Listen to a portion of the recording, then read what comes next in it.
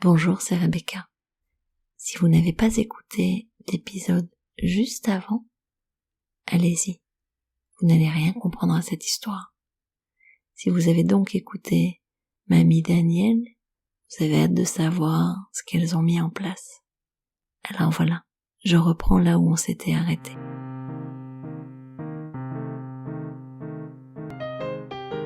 En arrivant, je lui dis « Montre à mamie ton bulletin ». Et là, ma mère regarde hyper rapidement, presque en bâillant, comme si d'un coup elle s'ennuyait profondément. Elle a dit « C'est bien chérie, mais tu sais, il n'y a pas que les notes dans la vie. » J'ai répondu en me moquant d'elle « C'est vrai, il y a la drogue, le chômage, Pôle emploi. C'est important aussi. N'oublie pas ma chérie. » Le lendemain au téléphone, je lui ai juste demandé « C'est compliqué pour toi d'avoir un seul mot gentil pour Rose ? Un seul dans ta vie ?» Elle m'a dit que j'avais toujours une ouïe sélective, qu'elle disait plein de trucs gentils que je n'entendais jamais. Et quand vous en parlez à Rose, qu'est-ce qu'elle vous dit ? Plus jeune, elle demandait souvent pourquoi sa grand-mère ne l'aimait pas, pourquoi elle préférait Charlotte. Elle a souvent dit « Je suis triste que papy soit mort parce que c'était aussi mon papy », alors que mamie c'est plutôt la mamie de Charlotte. Depuis 1 an, elle a l'air un peu plus résignée. Ce qui me brise le cœur, c'est qu'elle essaye quand même de lui plaire. Parfois même, quand je m'interpose, elle prend sa défense. L'autre jour, ma mère demande à Rose si elle a des copains. Je lui imaginais la question dans le contexte de harcèlement scolaire qu'elle est en train de subir. Rose dit « Oui, quelques-uns ».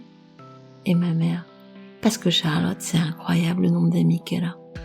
Elle est très populaire, c'est important dans la vie d'être séduisante. » J'ai commencé à dire « Non mais on croit rêver là !» Et Rose a dit « C'est bon maman, mamie a raison, c'est important, même si ça ne suffit pas. T'as raison aussi. » Ma mère avait l'air totalement victorieuse. Cette fois-ci, j'ai rien dit, et je me suis dit que Rose avait bien géré. Emmanuel l'a rejoint. C'est vrai qu'elle s'y est très bien prise. Je suis très touchée par ce que vous vivez. Rose, et vous aussi. Je me demande si vous seriez d'accord avec cette idée que vous avez dépensé une énergie énorme, colossale, à faire en sorte que votre mère voie les magnifiques qualités de votre fille, qu'elle les valorise, plutôt que de s'extasier sur des aptitudes esthétiques de votre nièce. Aptitudes, disons-le, qui ne nécessitent aucun effort de sa part. Oui, mais je suis bien obligée puisque elle semble ne pas les voir du tout. Et dans la mesure où elle est totalement aveuglée par l'aînée de ses petites filles. Oui, vous avez passé beaucoup de temps aussi à dire à votre mère qu'elle devait aimer Rose. Oui, ça ne marche pas. J'ai même l'impression que ça provoque l'inverse chez votre mère. Comme chez plein de gens en réalité.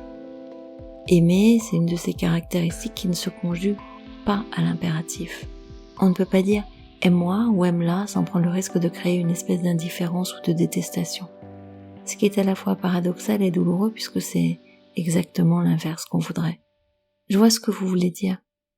Mais vous pensez que si j'arrête de dire ça à ma mère, elle va être plus bienveillante, plus valorisante avec Rose ? Non, malheureusement non.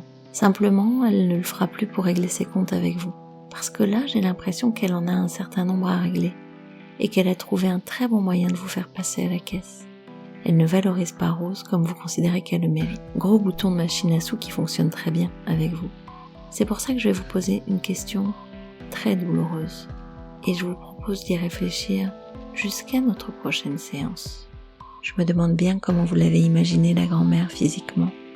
Moi, je l'ai imaginée gracile, assez soignée, un peu branchouille, et ça c'est mes représentations, mais la fille mal aimée, celle qui souffre, pour qui j'ai de l'empathie, mais pas que. Je l'imagine à la fois revêche et austère, un peu ennuyeuse, et en même temps, je me dis que ça fait tellement d'années qu'elle souffre, et qu'elle a tellement pas été valorisée probablement, qu'elle est coincée dans son rôle, dans cette pièce de théâtre où elle a toujours le même rôle. Emmanuel pose la question qui devra faire réfléchir cette maman. Et elle s'y prend comme ça. C'est la raison pour laquelle je vais vous poser une question vraiment douloureuse et je vous propose d'y réfléchir jusqu'à la prochaine séance. Si vous étiez sûr, sans l'ombre d'un doute, que quoi que vous fassiez, quoi que vous mettiez en place pour que cela advienne, votre mère ne reconnaîtra ni ne valorisera jamais les très belles qualités de Rose.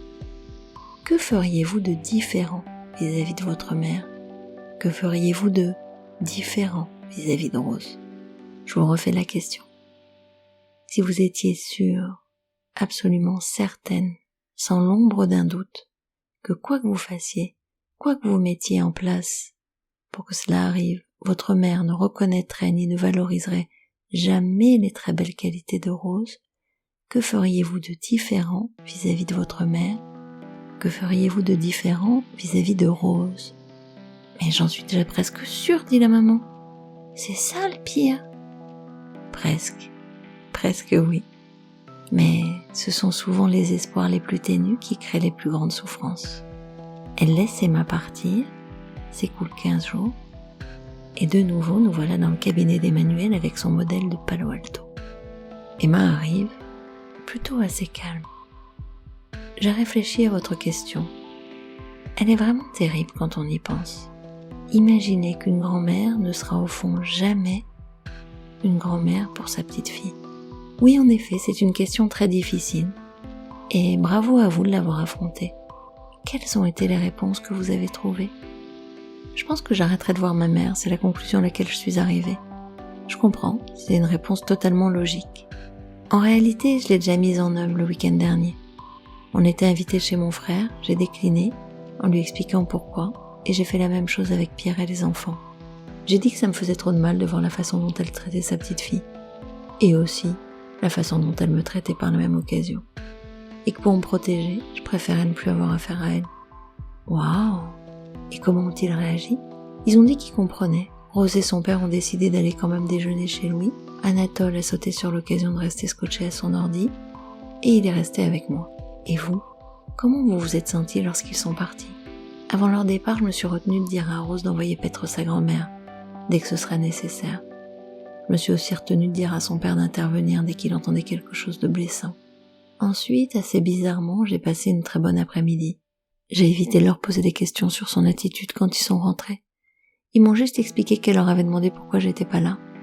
Et Rose a dit « Je crois qu'il va falloir t'habituer à ne plus la voir, mamie. » Elle n'a rien répondu. Elle a juste soupiré d'un air triste, m'ont-ils dit. Drama queen ever. Depuis, je me sens plus légère, comme délestée d'une grosse pierre, un truc qui me comprimait le thorax. Je suis triste aussi un peu, mais moins en colère. Je me dis que Rose a beaucoup de gens aimants autour d'elle, qu'elle pourra faire avec une grand-mère acariâtre et injuste. En arrêtant toute relation avec ma mère, finalement, j'ai l'impression de protéger Rose, plus qu'en essayant de modifier la réalité. Je n'envenime plus les choses, et de ce point de vue-là, je prends le flambeau que m'a tendu mon père. Dur les histoires de famille. On en sort rarement indemne. Le happy end qu'on fantasme ou qu'on a fantasmé, celui dans lequel on arriverait à se dire comme on a souffert des mots, des attitudes, des gestes de l'autre, comme on aurait aimé à certains instants être pris dans les bras, consolé, réconforté, comme on aurait aimé se sentir mieux compris, mieux aimé. Il y a un âge où on fait le deuil, je crois, de ça. En tout cas, comme Emma, on est plus léger quand on fait le deuil de ça. J'ai envie de vous demander à quelle relation qui ne changera jamais vous pourriez imaginer commencer à renoncer. Voilà, on a terminé pour cette dernière histoire de l'année. Merci d'avoir été là. Peut-être j'en ferai quelque chose, c'est le 3e anniversaire de ce podcast. Si vous avez envie de souhaiter un joyeux anniversaire, vous avez vu, j'essaye de différentes façons. Vous pouvez laisser un mot sur Apple Podcast ou sur Spotify. Vous pouvez le partager avec vos camarades, avec vos amis. Vous pouvez envoyer un petit mot.